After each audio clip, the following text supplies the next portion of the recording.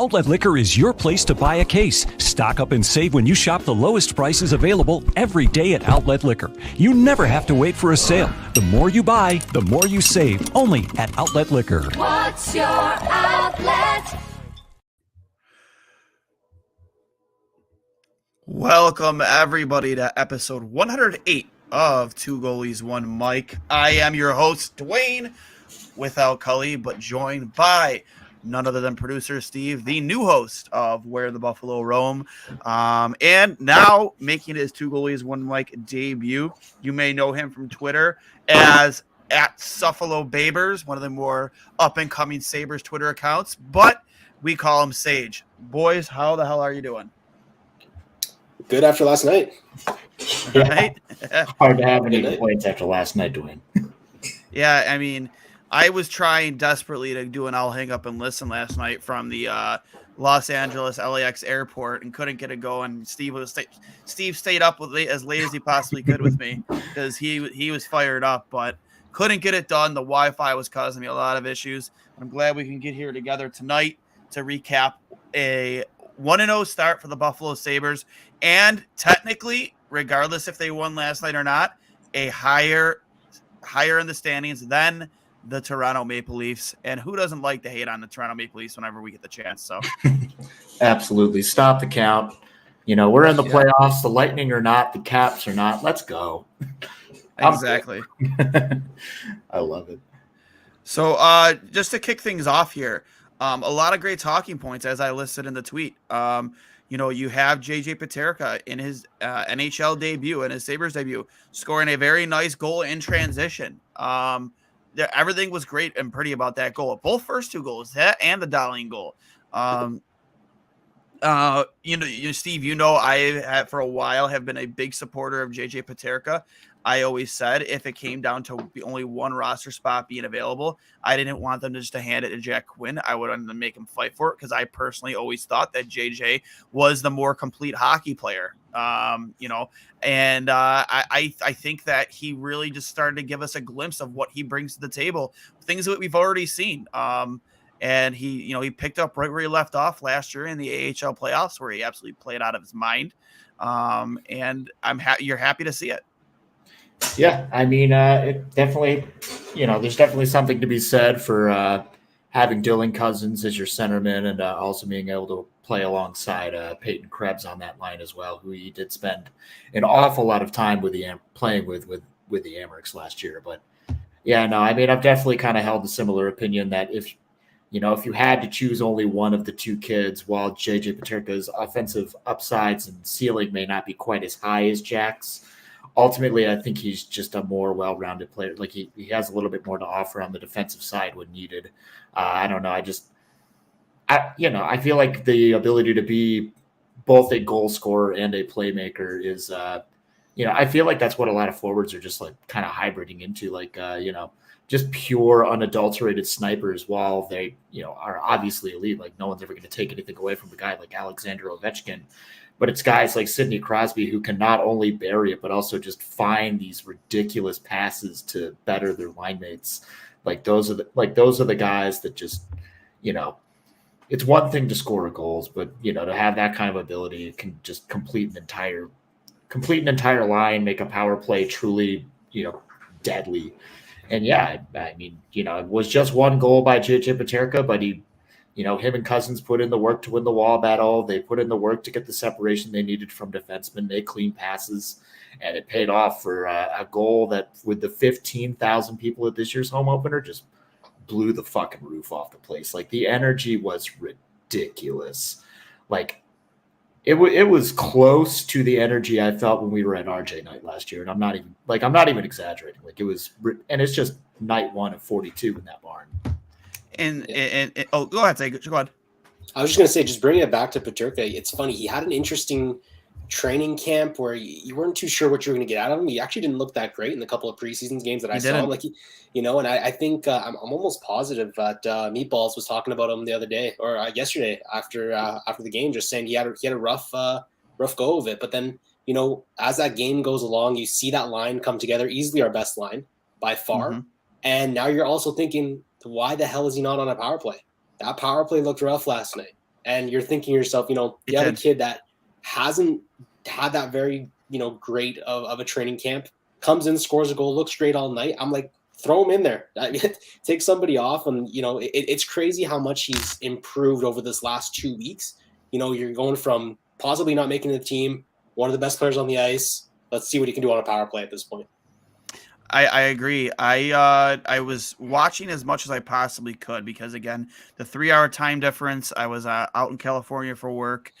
We didn't wrap up things until like literally right around puck drop. So from the transport from the facility to where we were to the hotel, it was just a little bit of a rough. So I tried to stream when I could. But yeah, I caught that first power play, and they gave up a couple shorthanded chances. Things look shaky, but again, as time went on, these guys, this group in itself together hasn't played together really much at all during the preseason. They got really one glimpse of it. So as the game went on, they started to clean things up, and it really started to take full form in the second period. And again, you saw that goal from that goal from Dahlin, where he started the rush out of the zone, and there was probably 4 passes in between when he made the first pass, and everything about that was just flawless and beautiful. And that's really the type of brand of hockey we want to see here in Buffalo. That's the type of brand of hockey we never saw under Ralph Kruger, because it was just like, I don't know if there were boogers to him. I don't know. Like, it was just like it had nothing to do with that brand of hockey. And you never saw Dahlin skate with that kind of confidence. You know what I love to see last night? I don't know if you guys picked it up, but on penalty kills, there was a chance where I think there was a 2-on-2. I'm pretty sure Owen Power was on one of those 2-on-2s, and Dahlin on a penalty kill. Like that it's when you talk about the brand of hockey that Kruger was playing, has nothing to do with these defensemen being involved at all. At all. Well, his goal, he was literally in front of the net. Yeah. Literally in front of that. Yeah. And it wasn't like he was doing a flyby. He went to the front of it and stayed there. He waited. He was planting. Yep. He knew exactly what he wanted, and he got it. And, yeah, I mean, that's just kind of like the night and day difference. I mean, Ralph Kruger's whole philosophy was like a low event style, which I guess you could make an argument in his favor to some extent that when the Sabres were historically involved in high event games, they would get absolutely shelled. They would just get obliterated. So if you try to, tailor the game to be a low event style, then you dictate the pace and you don't get shelled quite as hard. But then, of course, in so doing, you kneecap guys like Rasmus Dahlin, and you sequester guys like Jeff Skinner, who could be 30, 40 goal scorers, to the fourth line in no man's land. You keep Tage Thompson, doing basically nothing, and you're just all this offensive talent that you just squander in a low event style like that. So just to see that, obviously a high event style like the one we play can be a little bit risky, but you got to risk it if you want the biscuit. And they got the biscuit 4 times last night, and it was really fun to see. I mean, 2 of them were empty netters. Olofsson leading goal scorer. Yeah, Olofsson's the leading goal scorer. Shock, surprise. Hey, he did it 5-on-5. He did it. Technically, he did it 6-on-5. Technically 5-on-6. Yeah, he did them short, two short-handed. So I don't want to hear that he can only produce on the power play, guys. He put those in shorties. But it's nice because we're mentioning guys like Skinner and Thompson, and although they weren't, I mean, Thompson per se wasn't that involved in the game. I think Skinner was fairly involved. It's nice that we won a game where everyone kind of contributed. You have these young guys that step up to the plate.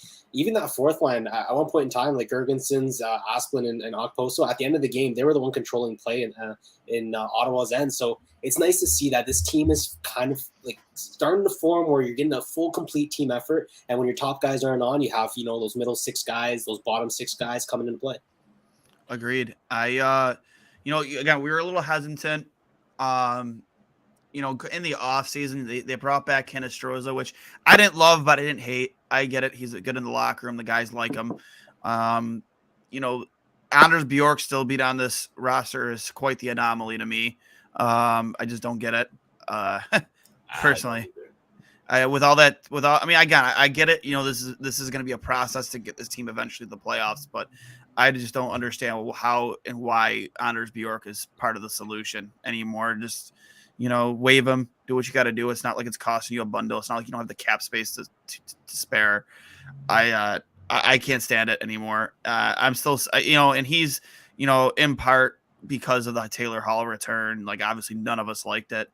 And maybe he's just, a victim of that, in terms of my attitude towards him. But I've seen all I've needed to see out of Anders Bjork. And I know if Yuri Kulik performs well, continues to thrive, I would love to see him get a sniff in the NHL. I would. Yeah, I think he should at least get a handful of games this year, and it probably should be at the expense of a guys like Anders Bjork. Yeah.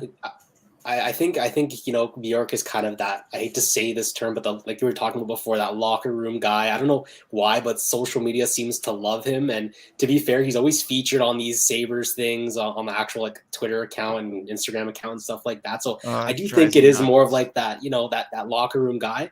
But I completely agree with you. I don't think he makes our fourth line. I actually prefer to have Riley Shan play in his place and, give these guys a chance. Give Brett Murray a chance if you don't want to call up Kulik too early. If you want to give Weisbeck a chance as well, like I'm willing to give those guys a chance and just have Bjork just skate around there for 10 minutes and not produce anything at all other than penalties.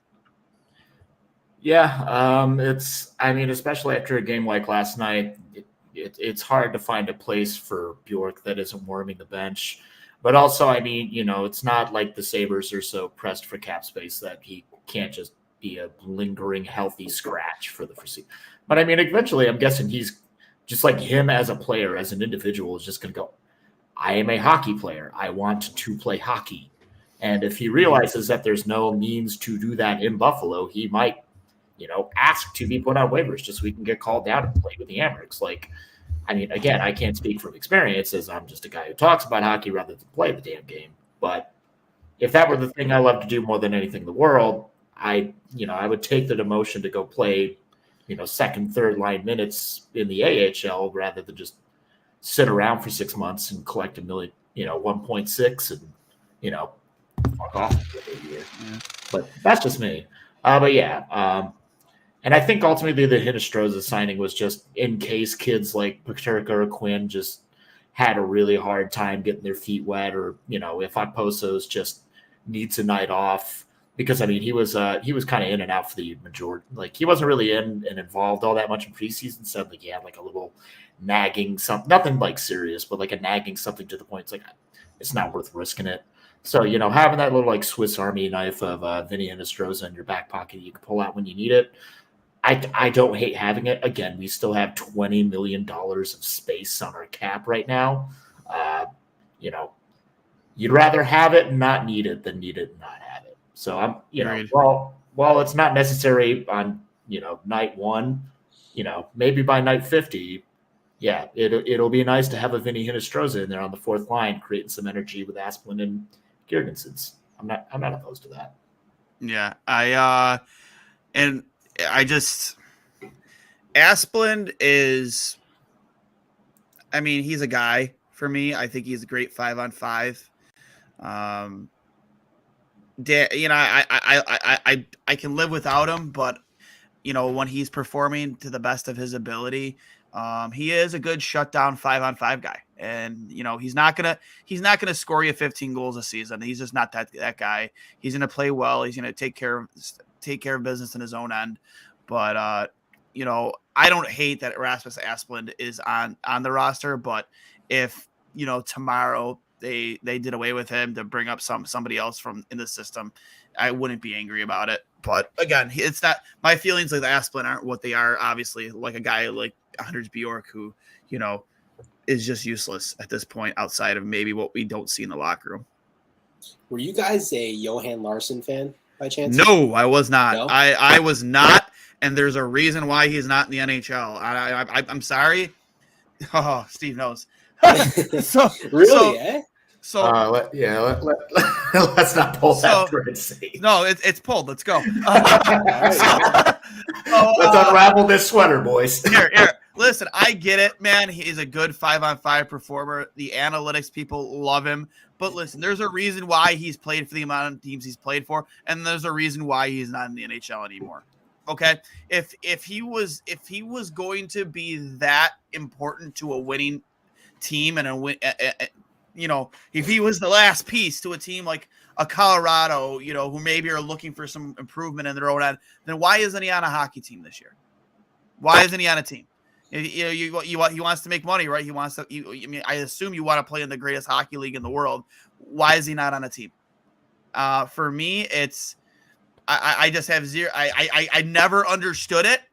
As a guy who's played the game his entire life, who's been on both sides of the bench, great. I'm glad that his zone rushes are this, or his Corsi 4 is this, or all of it. And I'm a novice when it comes to that. You know what I mean? Like I still study it and try to do my best with it.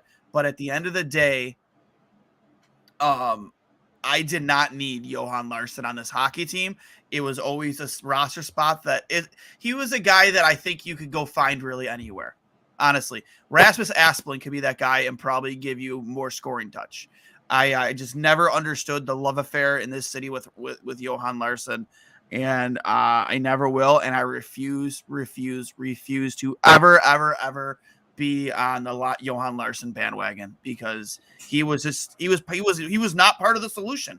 He was still part of a losing team, regardless of the reasons why we lost. He was always a part of a losing culture here in Buffalo. And then he went to 2 other teams and couldn't find a way to stick. So, I'm just done hearing about Johan Larsson. No offense, Sage. I can't fucking stand it. I just want to. And now I understand, because people sing praises of Asplund. I'm not a guy who sings his praises, but I'm definitely someone who's confident in putting him on the ice the last 4 minutes of the game. Exactly. Knowing he's going to get down there, the puck is going to stay away from our net. That's all I need. And so that's why I was asking: are you a Johan Larsson fan? Because he is Asplund is the better Johan Larsson in my exactly. He's going to give you. He gives you more to play with offensively. Yeah, exactly. Yeah, to me, Asplund in my mind just kind of feels like the guy who's going to pick up Gergenson's mantle when Gergenson's either decides, he wants to stay with us, or if he wants to move on to greener pastures, or whatever he decides to do, but with slightly less offensive capability, but also slightly less physicality. And if only one of those two things comes to Asplund's game, I honestly think we've got enough offense with the crew we've got. Like, if he could just put on 10, 15 pounds and throw a few more hits here and there while still being that shutdown guy, I'm perfectly fine with that. But ultimately, I just see Asplund's game in that lens, that he's just, he's gonna be our future Gergensons, because he'll be up this summer as well as Okposo. The future on both of those dudes is obviously obviously Gergens isn't a dinosaur. He's 28, 29, still definitely has plenty of years of usefulness. But if you have Gergensons and Asplund, and you also have lots of contracts for lots of very young people who need to get signed in the not so distant future, Cousins just this year. They just did the Samuelson deals, so that's etched in stone. And the year after that, it's going to be Power and Darlene in the same summer. You do have to. Unfortunately, you can't keep everybody. So, as far as that's just kind of how I view Asplund. That Asplund's going to pick up the torch when Gergenson's finally, might be the odd guy out in the shutdown energy line. Because if it's Asplund in the center, Hinostroza on a wing, Okposo on the right in that fourth line, then it's a little more energy than shutdown. But you still got Asplund who can shut down. Yep. It's not like Okposo can't shut down either. And for me too, and one thing I need this fan base to get away from is pretending that middle of the pack players can never leave your team because A, they probably have their jersey, or B, just thinking that what they bring to the locker room, or their funny videos on Twitter that the team does. Oh, we need that guy. No, you don't always need that guy. There's 3 untouchables on this hockey team, in my opinion, and their names are Rasmus Dahlin, Owen Power, and Alex Tuck. Those are my only 3 untouchables. And Alex Tuck, for that exact reason, find me a guy in the NHL, anyone, who would have smiled as much as he did when finding out that he was traded from a cup contending team to the worst team in the NHL. You're not going to find it. You cannot convince me. Patrick Kane isn't smiling that much. No fucking way. No way. So to bring that type of attitude to a locker room, not to mention he does have high-end skill. He was a first-round pick. So for me, now he's getting the opportunity with a coach like Don Granato, who we saw, again, Alex Tuch in a full season last year probably is a 20 to 25 goal scorer. You know what I mean? Like, he does probably have a career season under Don Granato. You saw what Don Granato did for Dahlian's game. You saw what Don Granato did for Tage. I'm sorry, Tage Thompson also probably an untouchable. Not just because of the skill, but the contract as well. I think that contract is going to be a steal in a couple of years. But those are my untouchables. Other than that, like, there is nobody on this team that is untouchable to me. Because this, at the end of the day, hockey is a business, and business is winning a Stanley Cup. And if trading this guy for this guy gets me, I think Punch Imlek said it best when I read it. I forget what the book was called, but I read up on him. He used to talk about it. It's like he was willing to trade whoever it took, even if it made him overall. That trade made him 3 points better in the standings. He was going to do it no matter who they were. And I'm on the same boat. Like, if it's going to put you in a better position to win, I don't care who's, how much you love their goal song or whose jersey you own, or like, who said this in an interview during practice, or I don't care. I'm about winning. That's all I care about. And these guys who some fans seem to love, I'm sorry to burst your bubble, but they're not untouchable. And I hope Kevin Adams doesn't see it that same way. Here's my thing. I have a couple of thoughts here. When you go back to the Gergensen situation, hot take, in my opinion, if you're sellers, he's going at the deadline. 100%. That's the way I look at 100%. It. I don't know what he gets you. I saw someone tweet the other day, he's going to get you a first rounder. I say pump the brakes. I don't know if a contender's willing to pay that, but that's one thing. But my thing is, you just talked about Tuch, and we didn't give him the C, and I don't think it was right, like necessarily that he needed to get this C this year. It doesn't make sense to me, because he's a guy, just like you said, who the hell gets traded to a team and in Buffalo's situation where you don't want to be involved in that Jack Eichel trade. The amount of pressure that is under that Jack Eichel trade, you just want to stay away from it. And he comes in here, smiles like he said. He's a guy that is a captain without the C. And that's what he's going to be in, I think, any team that he goes to, but especially in Buffalo. And so when we look back at this Okposo thing, and you talk about players, don't get married to these players. Any guy can go at any time. Okposo's getting a C in a contract year where other guys could have possibly taken this C. Where do you see that going forward? What happens with Okposo? What happens with this captaincy in the next 2 years? Like, what are we looking at here? That's a phenomenal question. I got into it on Twitter after the announcement.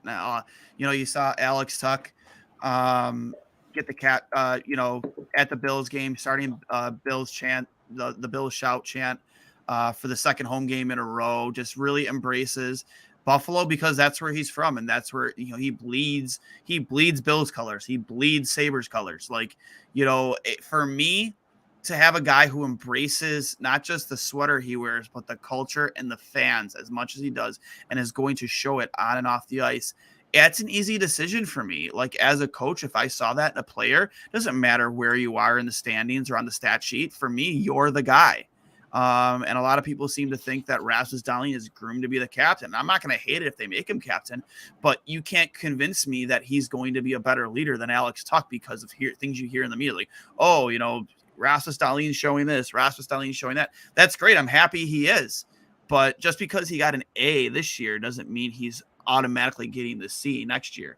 I think they went in the direction of who are the most tenured players on this team. Let's let them be the leaders. And just because, you don't have to be a leader. You don't have to have a letter to be a leader. And I think Alex Tuch exemplifies that. And I think anybody but, I don't want to say it's the wrong decision, but anybody but Alex Tuch, it just seems wrong to me. Give that guy, I will tell you right now, you make him, not that he wouldn't do it now, but that guy will dive in front of pucks with his fucking face as the captain of this hockey team without hesitation. You know what I mean? Like, I can't see it being anybody else but him. I do have to be honest. I think this was a situation of Alex Tuch hasn't played a full NHL season in a little while here. He just got moved to a new team.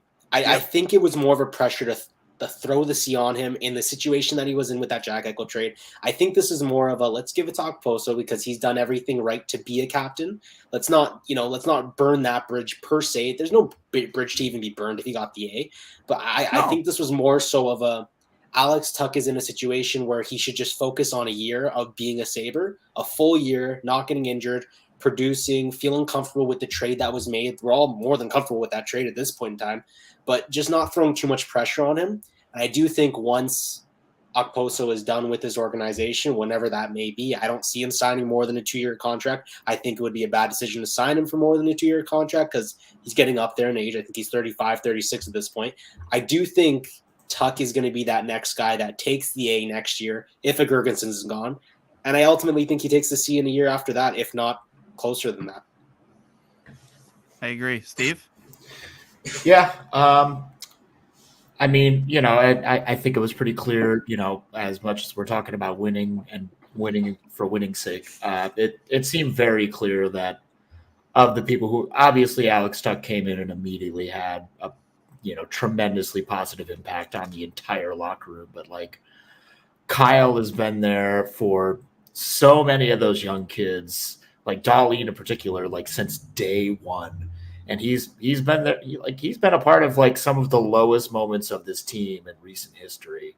And he's, also here, trying to help us dig out of that hole.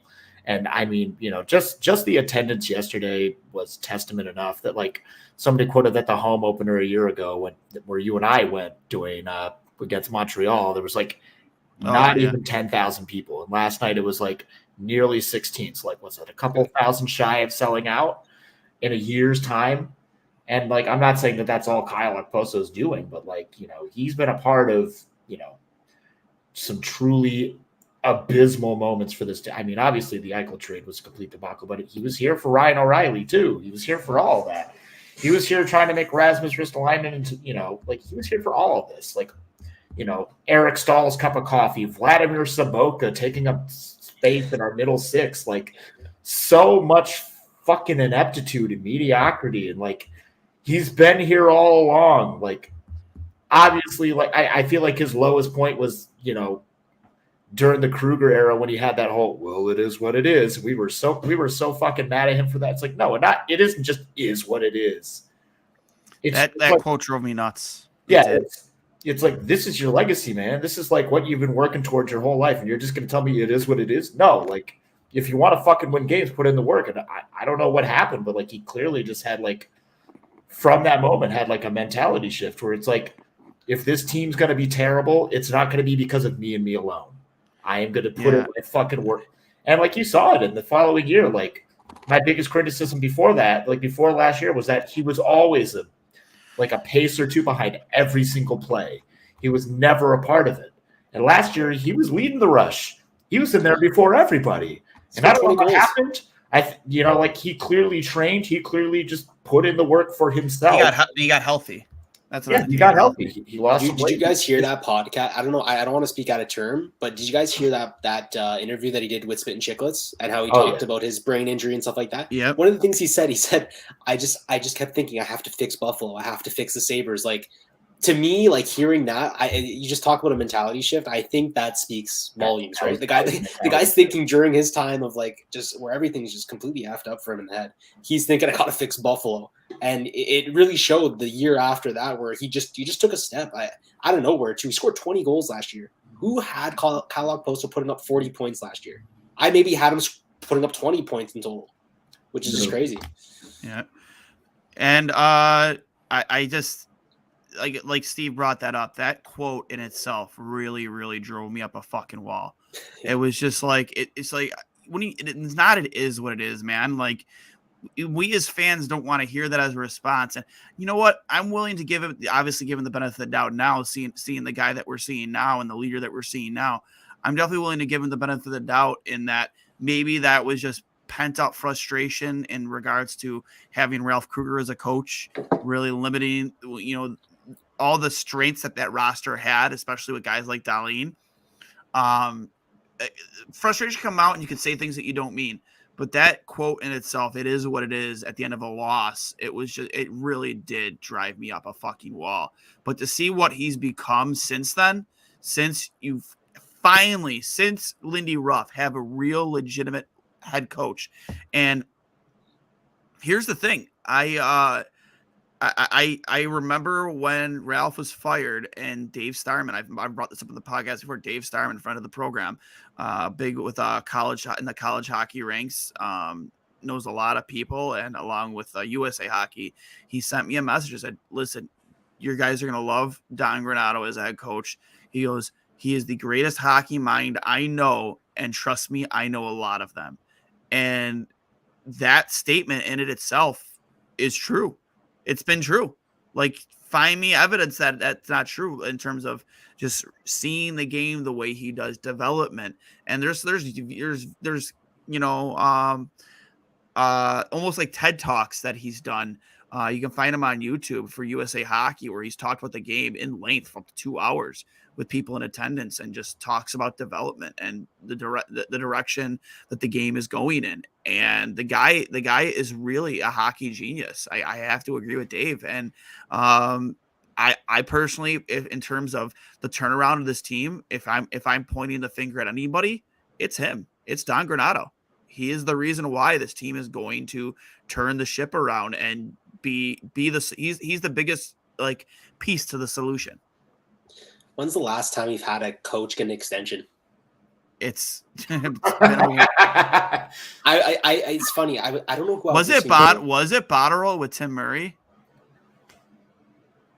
No, Botterill and Tim Murray, those two GMs right there. But like, I think, did Botterill sign an extension? I think Tim Murray did.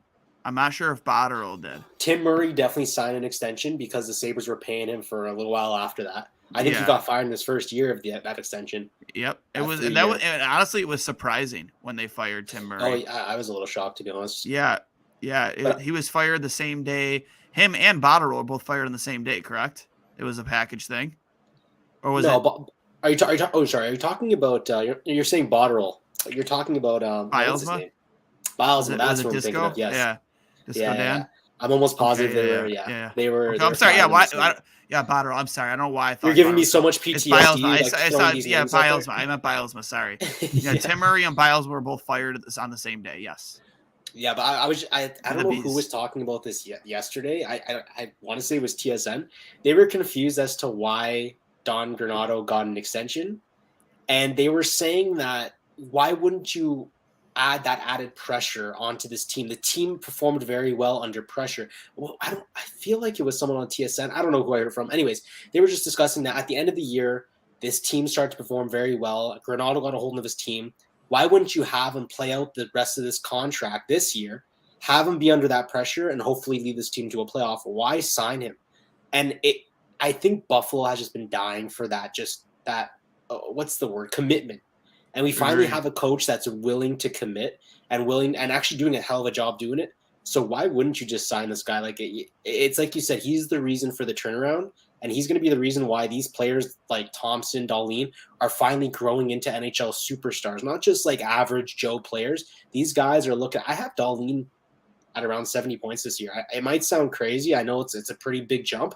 But I mean, he's on pace. Like I think he's going to do at least 70 points here. I'm looking at Thompson around there too. Maybe not 70, maybe around, I think he put up 68 last year, something like that, something close to there. So I really do see these guys turning around, and it's all because of Don Granato, like you said.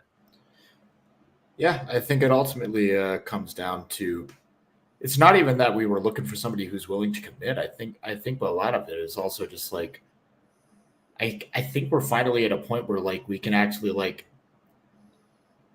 feel safe having some sense of stability. Yep. Like, because this is the first, going into the season, this is like the first season where we're not just relying on like 2 to 3, maybe 4 guys to be truly exceptional while the rest of them show up. We've got like a pretty much, and I say pretty much because there are definitely some holes here and there, and we can get to, I'm sure we'll get to that many, many times throughout the course of the season, but like this is the first time in so long that, there's a complete unit of people who know what their role is, who are doing everything they can to excel in their role, to, supersede anything they've done before. And, it seems like there's a unified effort that not only do they want to, develop and grow as individuals, but they also want to develop and grow as a team. Like, this is one of the first times in forever where like half the roster isn't radically different than it was the year before. There's just a couple of additions and, people that you didn't want to see again anyway, going away. Respectfully, I didn't need to see another year of Will Butcher. I didn't need more Robert Hagg in my life. Again, No. They've served their role, and more power to you. A couple clicks for sticking around. He'll always be a part of Sabres history as one of the greatest trades ever. Yeah, He'll always be a part of that. Oh yeah, Robert Hagg specifically. He'll always be a part of the Kevin Adams master fleecing of the Philadelphia Flyers. Yes. Which, by the way, let's remember, still has not paid its full dividends because we still have that pick coming. It's this summer, I believe, right? I believe so. Yeah. Almost positive. Yeah. Yeah. So that's not even. We're not even done with that. It is wild that I still look back at that trade and it's absolutely wild. One shout out I do want to give here real quick. A guy who constantly supports the show, went to the game last night and also himself had a very big night in his own personal life. Give a shout out here to Chris Durick. Couple clicks for him. Got himself engaged last night, and I'm gonna pull up the video right here for everybody to see. He sent it to us. Congrats to Chris, right here. Getting on one knee at the French Connections.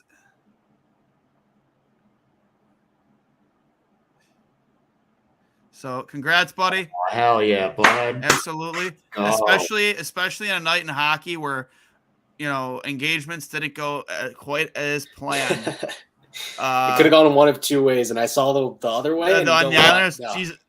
You couldn't. You could have given me 100 different scenarios to guess at, and I would have never guessed it would have ended that way. He didn't just get left, and I don't mean to laugh at this guy's pain, but he had no shirt on when he got left. And the best part is he just sits down and he just grabs his beer and he's just. I mean, it is what it is. Just starts drinking. What else are you supposed to do at that point? I know. And you're at an Islanders game too. Like, talk about just a shitty night. Yeah. I did see a few tweets and like the original. What was it? Dan Bolson, I think, was just like, I was just at this game and I swear to God, and he like spells out the story in text form, and then somebody shares the video, and like there were a couple of dissenters trying to tell us that like the moon landing was staged, it was fixed, that like. They saw some preseason footage of these same two people, like on the kiss cam or some shit. So I'm not a guy who likes to ruin magic tricks, but this might have been a fix. But if it was, either way, fucking hilarious. Because how often do you actually see that happen in real life? Where like somebody plans this like big, pretty elaborate, proposal at like a live sporting event, and somebody's just like, dude, nah. Right? Yeah. We're not there yet, man. I think I'm going to stay with my sister for a while. I got some shit to think about. And it just like that happens in movies and sitcoms, but not on planet Earth.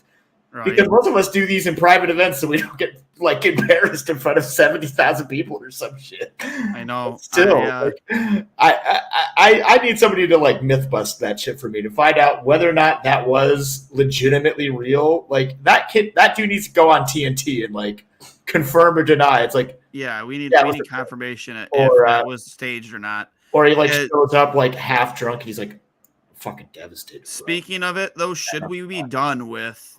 I mean, should we just be done with, live event marriage proposals? I mean, I don't know. Personally, I don't think I would ever put my significant other in that situation, in front of fucking thousands of people. Like, I mean, if I'm going to get to that point, I'm going to make sure that I'm confident enough that she'll say yes. But that's always a topic for debate on social media is, should we be just done with live marriage proposals? Because you don't ever see that stuff happen live where she says no, but the way that happened, like that is outstanding. Not outstanding good, happy, but like holy shit, kind of outstanding. Yeah, it was subtle enough that I do kind of think it was a real proposal and that it wasn't staged. But although, but then again, I also wasn't at any Islanders preseason games, so maybe they know something I don't. Yeah. But yeah, ultimately, I think, at least I do think generally that, it's a private moment between you and the person you're choosing to spend the rest of your life with. Maybe don't make it a whole like social media, like something that's going to be consumed on social. Like that guy's a meme. Yeah, he's now a meme. Obviously, if like some of your friends want to be there, like close friends that know you both, sure, like something like that. Like I don't know, and then like somebody just happens to be filming at the camp. I don't know, whatever. But like to do it at like a live sporting event, or I don't even know, like if like some actors proposed to some like two actors got engaged at the fucking Grammys. It's just like, I don't know. Just it's odd. To me, it would just kind of like take some of the authenticity out of it. It's like, how much of this is actually like you want to marry this person? How much of it is like, do you want to like turn your love into content? I don't know. Some just feels like kind of like weird about that. Well, assuming that is real, I'm just thinking that guy can't go to an Isles game ever again. Then there goes that. That's PTSD to like the max right there. Counterpoint, he's going to go to Islanders games and he's going to meet his future wife. Yeah, well, yeah, you know what? I mean, at that point, standing in line for his fourth beer of the night, and yeah. some chick's going to recognize him and go, weren't you that guy who tried to propose to his girl on opening night? Yeah. She really turned you down, huh? Yeah. Yeah, now he's forever part of some GIF or some meme, some punchline.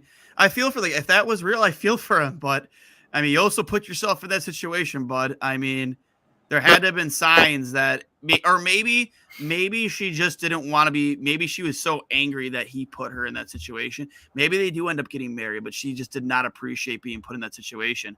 But in the same time, like, I don't know, man, I would want her to lie to me in that situation. Lie to me. Please fucking lie to me. Say yes, and then dump me in the car in the parking lot. Break up with me.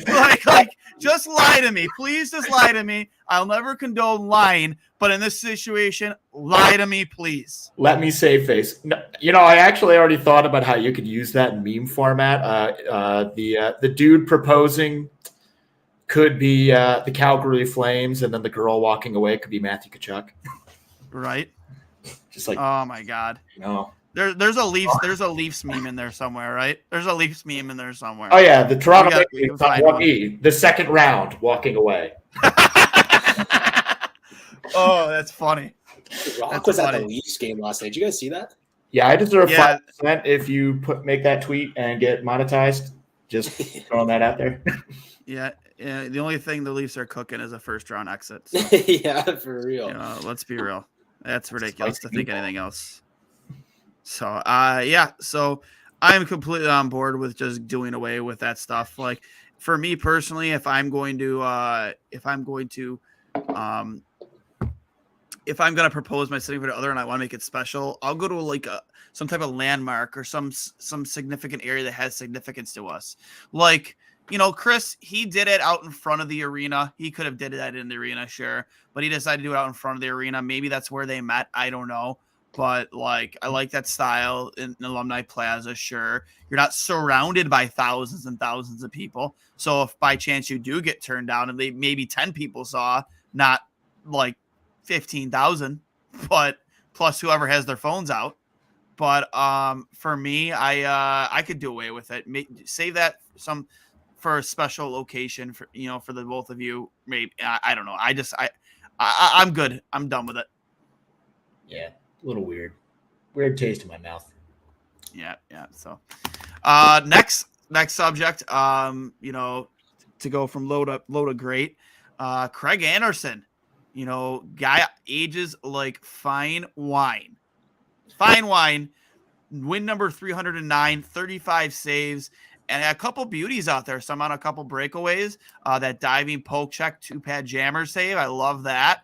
Give me flashbacks of the Dominator doing that exact same thing, almost the exact same thing that Jaromir Jagr back in the Goathead days. I loved it. I loved it. So Craig Anderson, how much of the load is he going to be expected to bear this season? And if we get the same Craig Anderson this year that we got last year, could this team be on the outside looking in come the trade deadline where maybe they are buyers instead of sellers? I'll let you go ahead, Steve.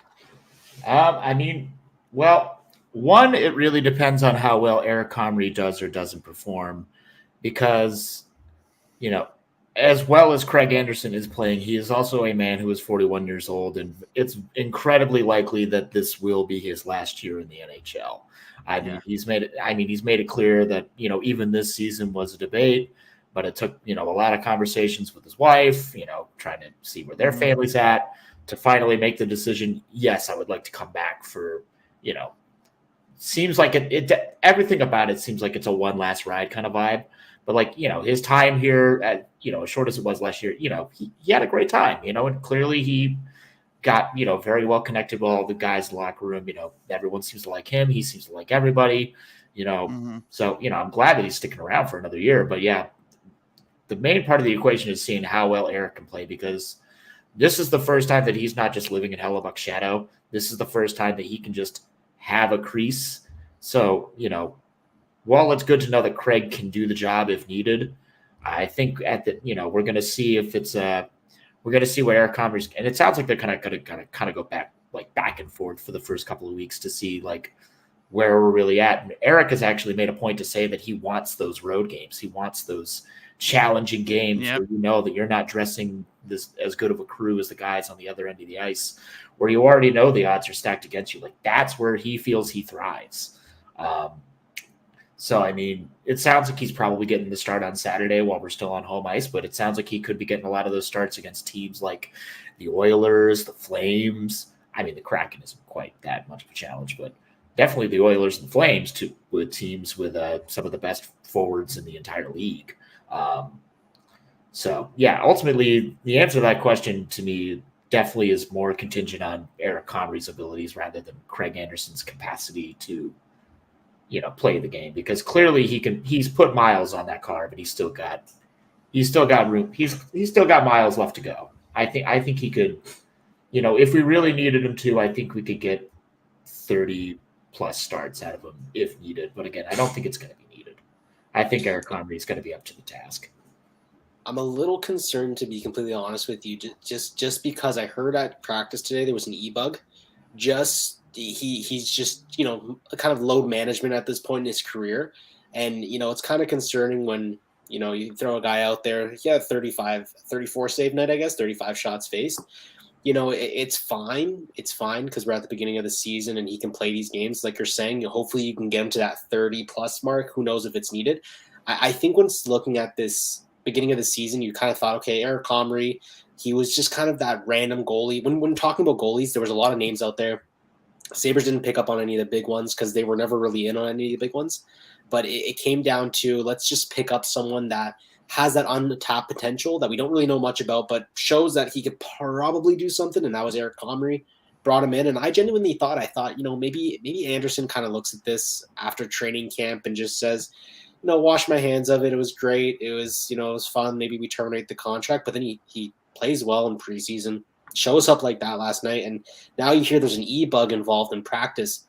How long can you go with that, just playing games? I'm not saying he's not practicing at all, but how long can you go with him, you know, maybe practicing 3 to 4 times a week and maybe starting only that 1 or 2 games, you know, here and there.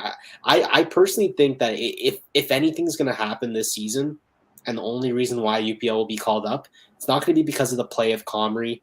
Hopefully he doesn't get injured, knock on wood. I think it's going to be Anderson's load management. I don't know if he can survive 30-plus games. I hope, but I just don't know if he can do that anymore in this point in his career. I had him around 35 to 40 total games this season. Yeah. And you got to remember too, if he does perform this well, like all season, you know, and he does put us in a position, is he your starter going into a playoff push? Because that's when you really need him to be, you know, be the guy in those back-to-backs and, you know, really put his body, test his body and how much stamina and how much he really truly does have left. because again, I say age like fine wine, but again, we may feel young, but our bodies sometimes might beg to differ. And as a goaltender, our hips go through a lot, our knees go through a lot, and up and down, up and down. Granted, he plays a little more of a hybrid stand-up style, but I would like to think that if we are in a situation where we're kind of like that old Bills graphic during the drought years, where you always see the Bills in the hunt.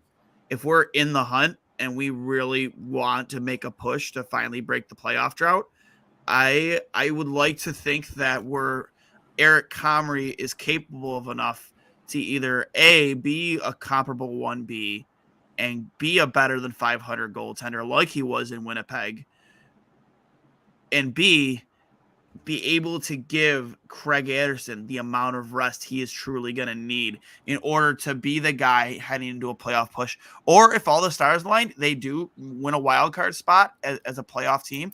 Now you're looking at a guy who's going to have to be the guy in the playoffs, because I don't want to be in a situation where you got to go every other game in the playoffs, because as a goaltender, you don't want to be put in that position.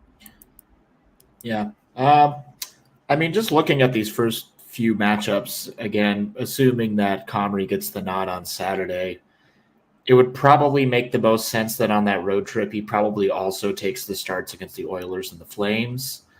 And then realistically, You're probably not deploying Craig again until the following Saturday against the Canucks, where, they definitely have some firing power, but, they're not quite as like offensively stacked as a team like the Oilers or the Flames or even the Cats. So are you going into this West Coast trip with Eric Comrie as your starter? I think you have to. I think you have to figure out what you've got and then assess from there. You've got the guy. Wouldn't you have done that in the home opener though? You could have, but I think it was more so that we were playing the Ottawa Senators, and that was like Anderson's former team for so long. I think it was more of a statement to that regard. He's also played his former team enough times in his career, though, where also he's been a goalie for the Sabres longer than Comrie, so maybe it's just out of respect. It's like, let's put Craig Anderson in for the first night. It's not like we're keeping him on the. It's not like we're going to keep Comrie on the shelf and only serve him at fancy dinners. He's 27. If anyone's got to get big miles put on him, it's the kid who's in the prime of his physical. He's at his physical peak or as close to it as he's ever going to get at this point.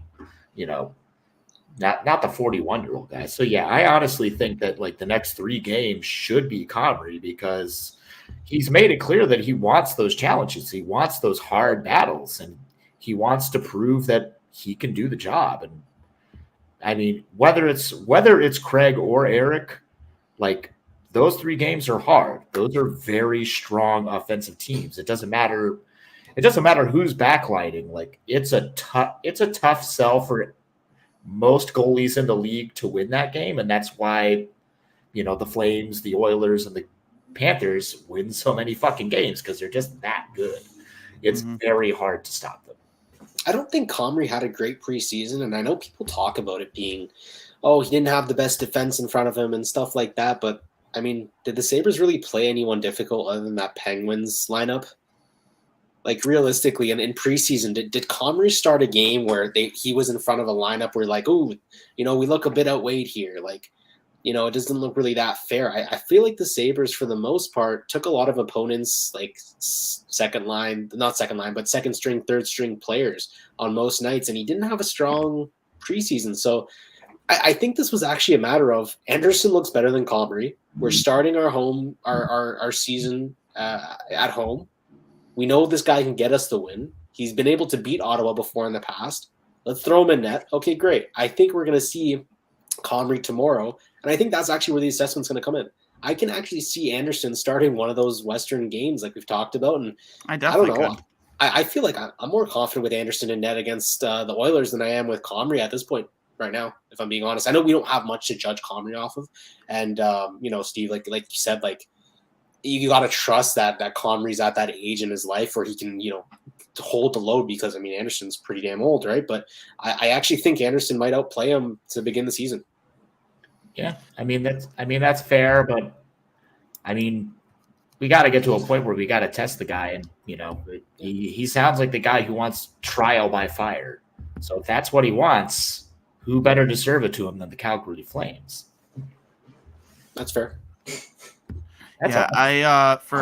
For me with Comrie, I take the preseason with a grain of salt. I really do, because like we said, Paterka did not look good in the preseason, but in his NHL debut, he looked like he was shot out of a cannon. He was a part of the best line on the ice. He was everywhere. Yeah, he was. He literally was everywhere, man. Like, he did everything right. Forecheck, backcheck, paycheck, right? I forget who said that, but forecheck, backcheck, paycheck. He did everything right, and for me, I take the preseason with a grain of salt for that exact reason. I don't take stock in how Comrie performed in the preseason.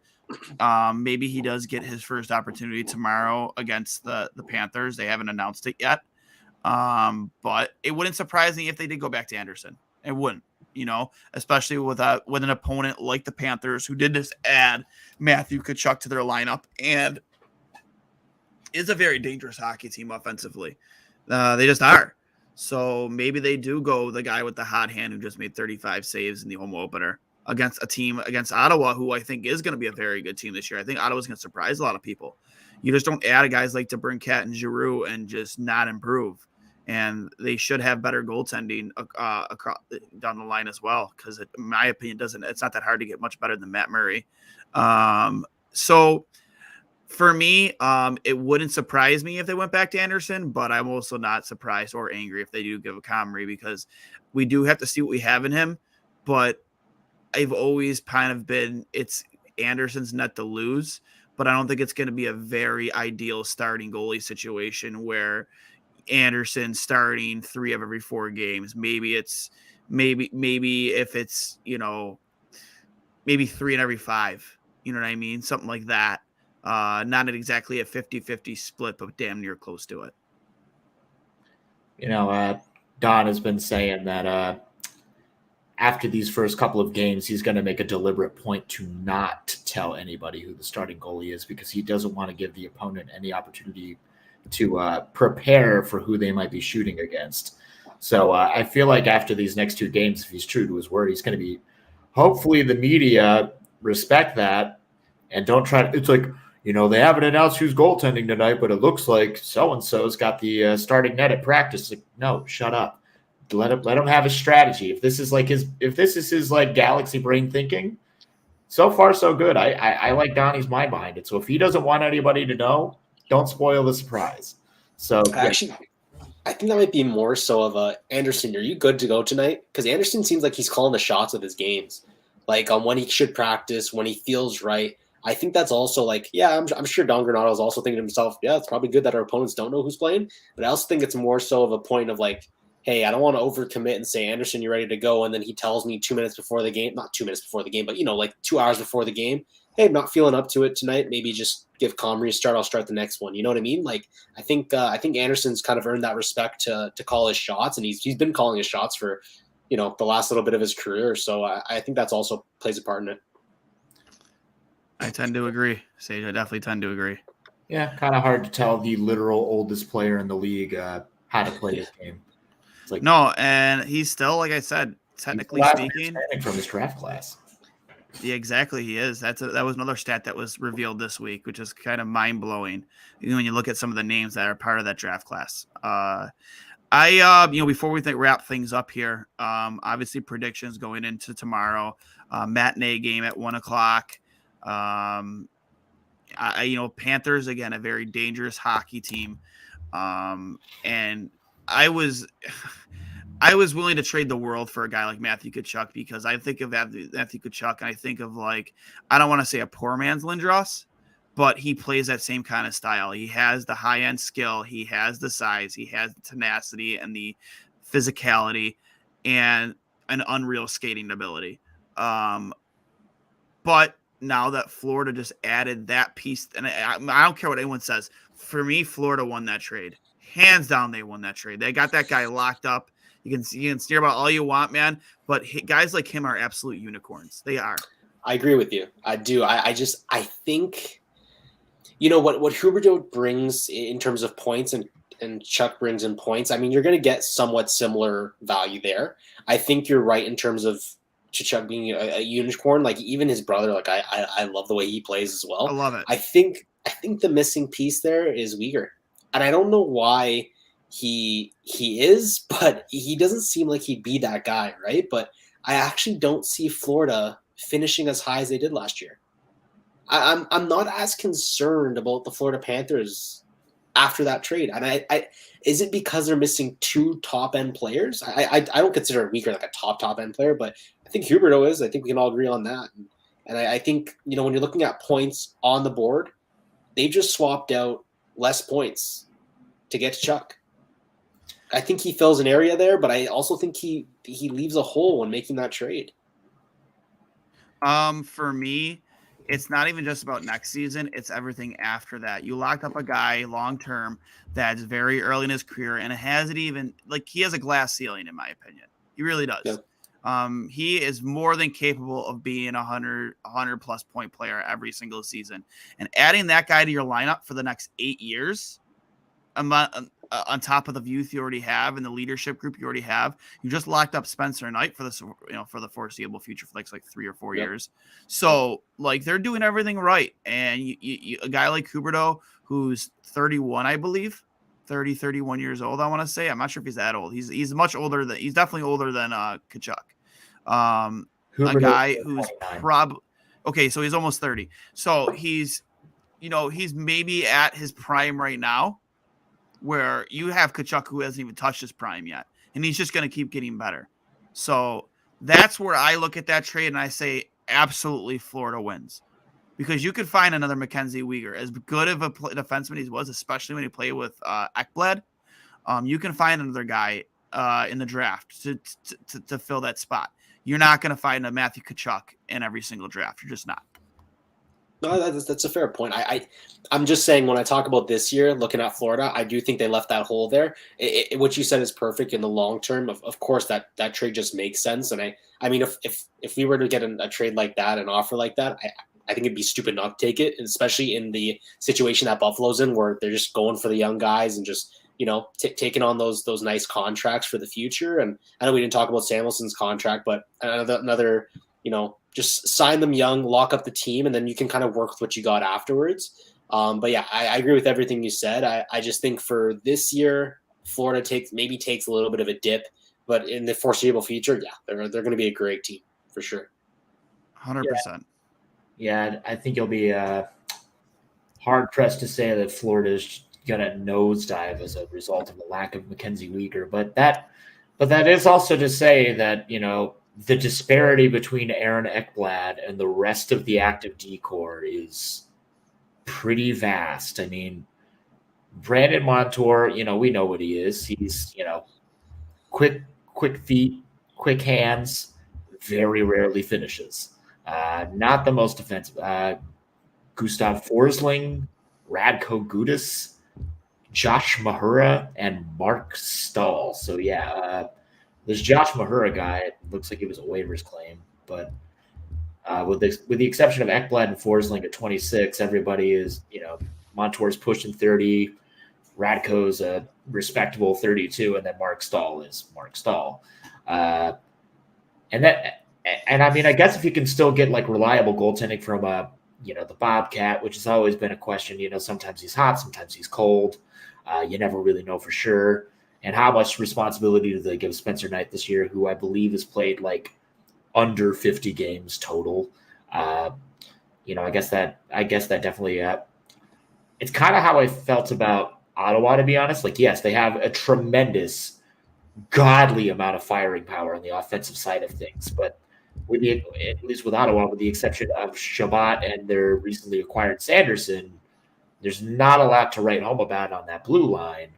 And then, of course, the goaltending is Forsberg and Talbot, who is currently injured, so he's a non-factor. Yeah, Talbot, I think, is still an improvement from Matt Murray last year. Oh yeah, no, for sure. But without a doubt, once he gets healthy, an injured Talbot is, you know, worse than a Matt Murray who can actually put his body in front of the net.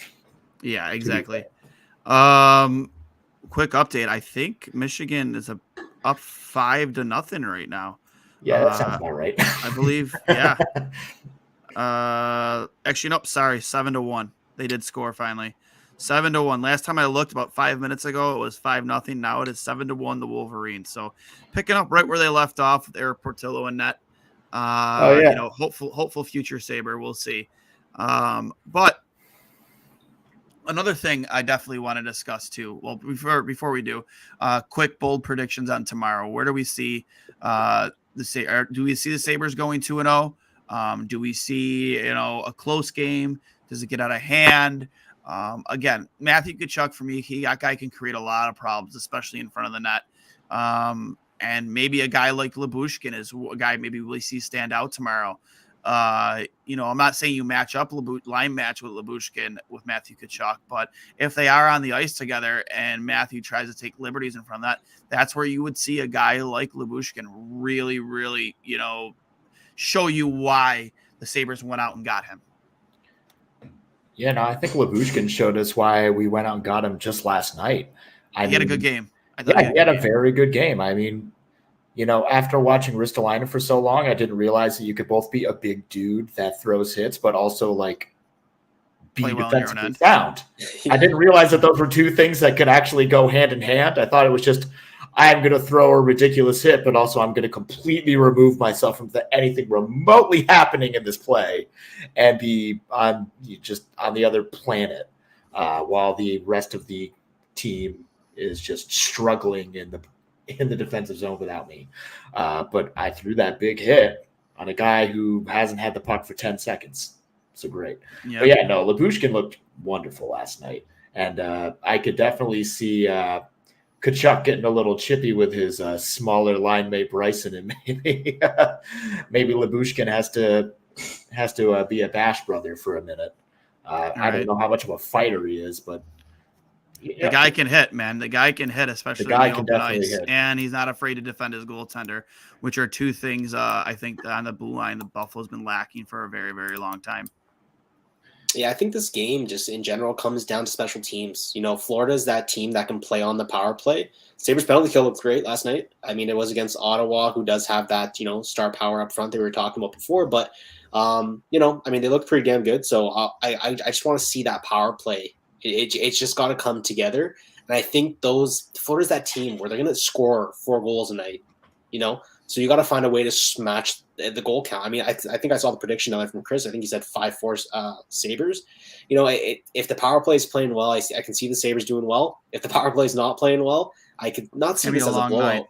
But it could be a long night, exactly, or a long afternoon. And I also see this as an opportunity to see how players like Thompson and Tuck bounce back from a game where they weren't necessarily factors in. I know it's early in the season. I don't want to get ahead of ourselves, but, teams now also realize, hey, Thompson's a guy we got to watch. I think last year was that year of everyone's like, who's this big, goofy guy that, wasn't able to stand on his own 2 feet.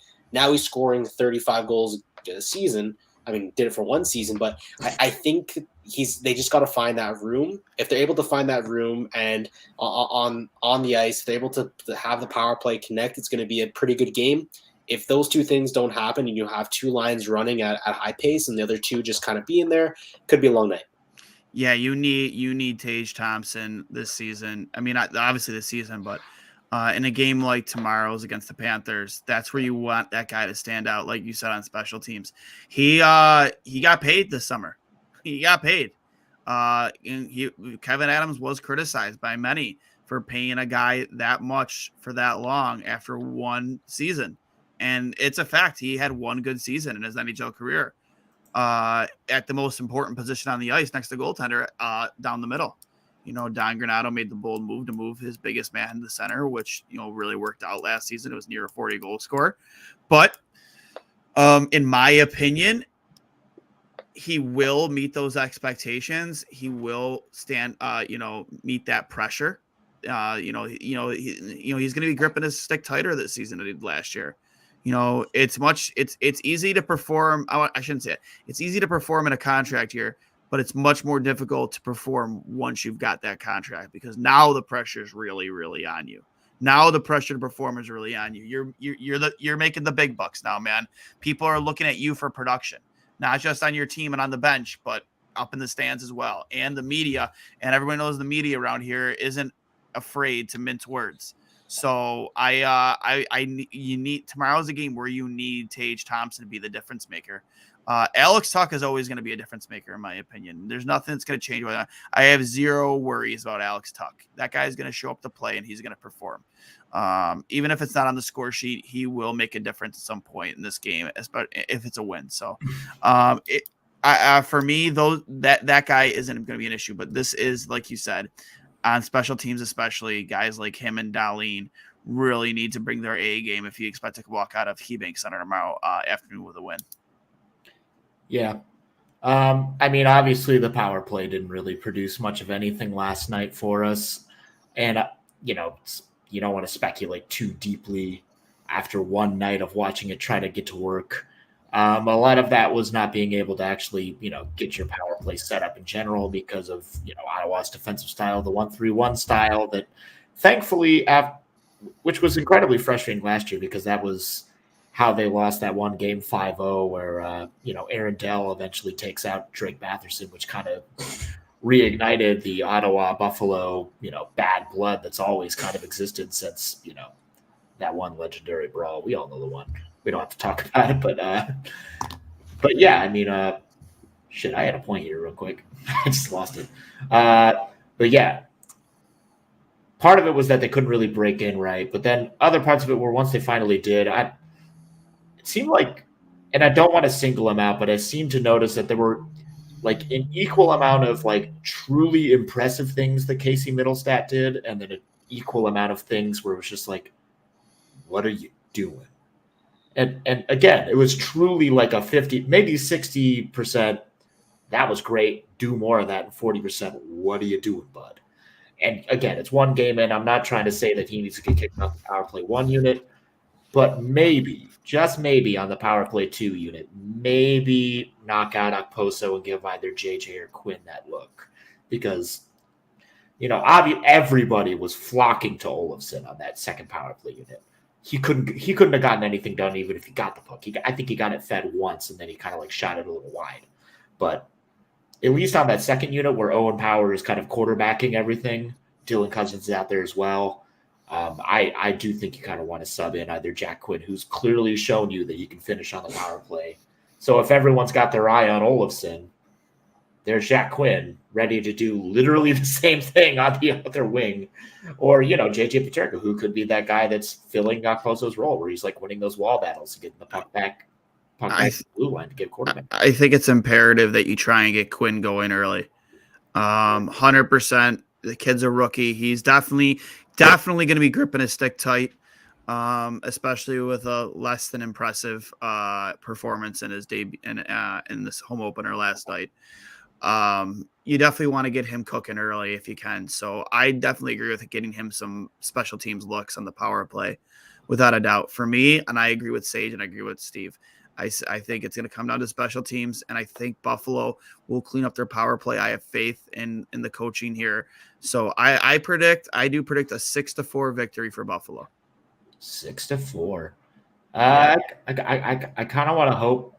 I'm trying to be optimistic, hoping that Comrie has himself a good first night out there, and hopefully, you play a more tight game when you know that when you don't know what your goaltender is capable of, and so I feel like the defensive game is going to be tightened up because, truth be told, no one in this roster has seen what Eric Comrie can do back there. So they're probably going to go into it with maybe how they have to go into it when they know they got Dustin Tokarski back there, who's going to be swimming half the night, or Michael Hauser, or God rest his soul, he did so well in his 2 or 3 starts, but it's like, man, by the skin of your teeth, were you doing so well? So I kind of want to be optimistic and say that maybe it's going to be like a 4-3, 5-3, but I do still hope that it's in favor of the Sabres, but I do also hope that Comrie keeps the goal total down to 3. Yeah, I was going to say I have a 4-3 here, and it can go either way. It just depends on that the special teams to me, and I'm looking at their last game. They won 3-1 over the Islanders. This is the Panthers. And looks like Bobrovsky stopped 32 shots. And it also depends on how he plays, too. He can be hot and cold, and, you catch him in the afternoon. It's a little bit of a funny time to play a game, 1 o'clock, especially second game of the season. So Sabres might get lucky here. Hoping they can catch the Panthers sleeping a little bit and start the season off 2-0. But I do have to say, in my my prediction for the month, I have the Sabres going 5-3-1. This was one of the games I do see them losing in regulation. So fingers crossed that I'm wrong about that, but 4-3 either way, Panthers or Sabres. I don't hate any of those predictions. I was a little maybe more optimistic than others of mine. I just think that Bob is always bound to have one of those nights where he's off his game, and I'm hoping that tomorrow is that game. Get him, get him while the season's early, and the iron's hot for the Sabres, obviously, with how well they performed yesterday, and hopefully again that special teams, the power play unit is really clicking, much like they were 5-on-5 when Darlene had that beautiful goal. Just everything worked out perfectly. Last subject, real quick before we head out of here. Matthias Samuelsson extension. How do we feel about it? I'm extremely excited because he is a guy I think that will meet all expectations. He will, even if he has the same season that he had last year, this year, I still think that contract is paying for itself because he is just a tough guy to play against. He has some little bit of offensive flair, but in terms of taking care of business in his own end, he is an absolute stud and will just continue to grow under Don Granato. Sage? Yeah, I think with that, I think what's most valuable about that, when people look at him, 54 games, he only put up 11 points, doesn't even have a goal. Who is this kid? I think when you look at him, the value that he brings there is that he takes Rasmus Dahlin, who hasn't had that partner, right? And hasn't really had that connection other than Yoki Haru, that's another story. But, I look at it as he's good enough to play his position and allow Dahlin to actually jump onto the right side of the ice. So I think what he brings in value is not in points. If he puts up 15 to 20 points a year, I'm actually okay with that because of his defensive play, like you alluded to, and he gives Dahlin that space. Go do what you need to do. I can actually feed you the puck. I'm not just going to dump it in. I can get you the puck on the blue line. Go have your 70-point season. I'll take care of things at home. And I think to me, that's worth $4.3 million a year. I'm okay with that. And as long as he keeps up with it, of course, he's young. But I think what people forget too is he was drafted in 2018. He's not like a rookie. Yeah, he's only played 54 NHL games. And yeah, it's been spread out here and there. But, I think what he's shown in the AHL is that he can produce among men. And what he's showing in the NHL is that he can actually play the body. And that offensive side is going to come eventually. Because let's be real, you're playing with Rasmus Dahlin. He's going to score a couple goals. If you're on the ice with him, I think you're going to grab a couple assists. A couple goals might go in for yourself. Puts up 20 points, I'm happy. 9-1 Wolverines now. Jesus. 9-1. Chase Brisky, sorry to interrupt, but Chase Brisky just scored himself a beautiful goal off this. It was a shorthanded goal, too, that Brandon Byro just drove the puck into the zone, went behind the net.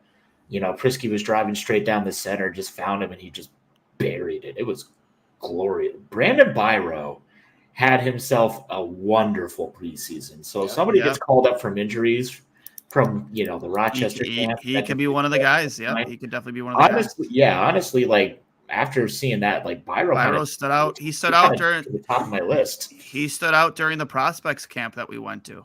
Yeah, kid's just a gamer. He was just everywhere. Yep. I definitely do like the Samuelsson signing, and I do think it's going to be. It's just a lesser version of what happened with Tage Thompson. You see the potential.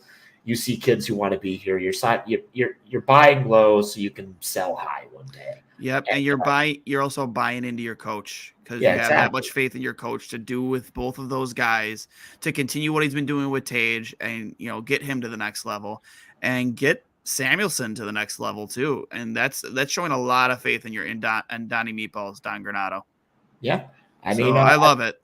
Yeah, I mean, I've always been a fan of the I always call it like the good cop, bad cop defensive pairs where one guy's down in there wheeling and dealing and somebody else is holding it down on the blue line, Always ready to go back at a moment's notice when you let somebody, more offensively, proficient like Darlene or like Power go in and do their thing, do the thing that made them such a well-touted prospect and now NHL star that they are. So I feel like Samuelson's, again, in the relatively small sample size of 54 games, I think he's proving his worth. I think he's proving to be a perfect complement to what Darlene brings to the table. And lock that down for sub $5 million for the prime of his usefulness is just, when's the last time we've seen asset management like that? Like, it's been a minute. We've just been sending like some of our best players on bridge deal after bridge deal after bridge deal, and then just like letting them get sick of, stagnating as a team. And it's like, okay, well, I'm not locked into anything, so see ya. We'll see one of those guys tomorrow afternoon. We miss you, Sam Reinhart, but fuck, I wish we did more for you. Exactly. Good guy. I got nothing bad to say about Reinhart. I just wish, who the people who were in charge at the time could have done more to get him to stay. But I know that was a tall order. I definitely agree. Definitely agree. I'm big on the Samuelson deal. I think it's going to be a steal in a few years to be paying him that much for what he's going to do for this team and how much he will get to the next level this season and maybe even beyond that in further seasons. But I love that deal. I'm a big Matthias Samuelsson fan. And again, just like how I said about Lyubushkin, he adds a brand of hockey that this team has been lacking for a very, very long time. Last but not least, this is quick because my MacBook is nearly dead. Last point on the agenda is the Leafs suck. We can always end the show on the Leafs sucking. Oh, we're going to need at least another hour, Duane, to go get your charger. Right. Let me tell you a little something about the Leafs. Yeah, right. Buffalo is officially in front of the Toronto Maple Leafs in the standings. I'll bring it up one more time. Who cares? And you love to see it. Kyle Dubas has to, call players out in the locker room after the first game of the season, which is absolutely hilarious to me. That you're already doing it this early on with that payroll and the talent that they have on that team, a 60-goal scorer. I just love every second of it. Anything with that franchise that really just brings them dread. I love Maple Leafs fans. I really do. I'm friends with a lot. I made at this work thing this week. I connected with a lot of Leafs fans. Lots of guys up in Canada with the company. So that came down to Cali. So I'm for anything that causes them dread and causes them pain and just makes us laugh. So 1-1 start. Buffalo's in front of you. Suck at Toronto. I don't care. And one last thing I do want to bring up is the Buffalo Strong Hockey Tournament, which will be taking place on December 9th through the 11th. If you guys are interested, please reach out email us at buffalostronghockey@yahoo.com, where you can put in for your team registration, or you can scan the QR code, which we've been sharing from our handles at Duane S39, at 2goalies1mic, or at Buff Strong Hockey, BUF Strong Hockey on Twitter. You see where we've been sharing the information with the flyer and the QR code. We are working with Pure Hockey, KIA, Killed in Action, a couple of veterans programs, and the draft room downtown Buffalo right next to the arena. It's going to be a fun time, and we're raising money for a great cause, the families of the victims of the mass shooting on May 14th, 3 months ago here in Buffalo. So, definitely want to actually May, June, July. I'm sorry, much longer. Actually, almost 6 months ago. Was it now? May, June, July, August, September, 5 months ago. Sorry. The mass shooting that happened at the Tops. A racist coward, attacked innocent and killed innocent, took the lives of innocent people. We want to raise money for their families before Christmas. So please, get your teams registered. If you want to volunteer, you can send an email there as well. Or if you want to donate, please reach out. We'll give you an opportunity to donate as well. So definitely something you should be supporting. I hope you'll support. And it's an initiative that we hope to carry on further into the future for different causes with both ice and roller street hockey tournaments as well. So please get on the boat with that. But any last thoughts, guys?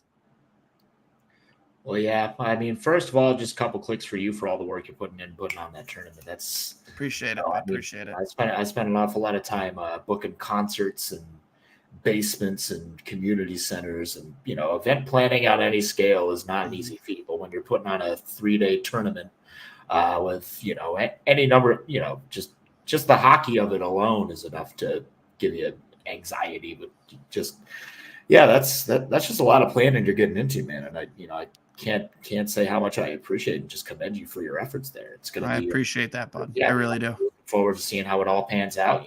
Obviously I'm going to be there. Thankfully, I know I got a show later in December, but thankfully it's not that same weekend. So I got nothing on the books right now, and I'm going to make sure I don't have anything on the books. So December 9th through 11th, I'm going to be at Riverworks. We are going to be doing it. I can't wait. I'll pull up the flyer real quick right here before. Let's get the before this thing really dies on me here. Right here, the Buffalo Strong Hockey Tournament, as you can see. That little wish. Come on. I don't know what I just did.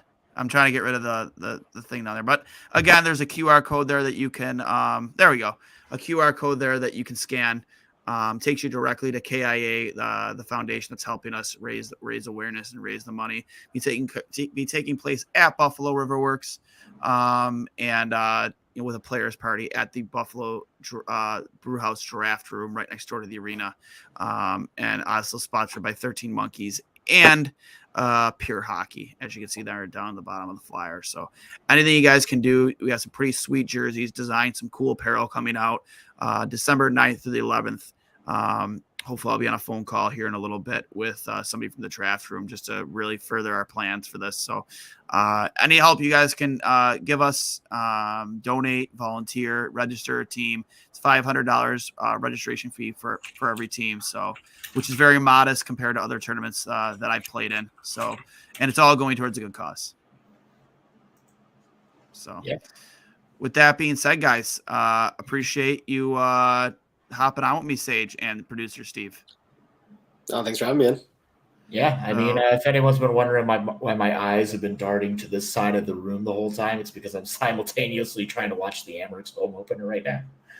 So it's not that I don't find my co-hosts interesting. It's just that this is also very captivating.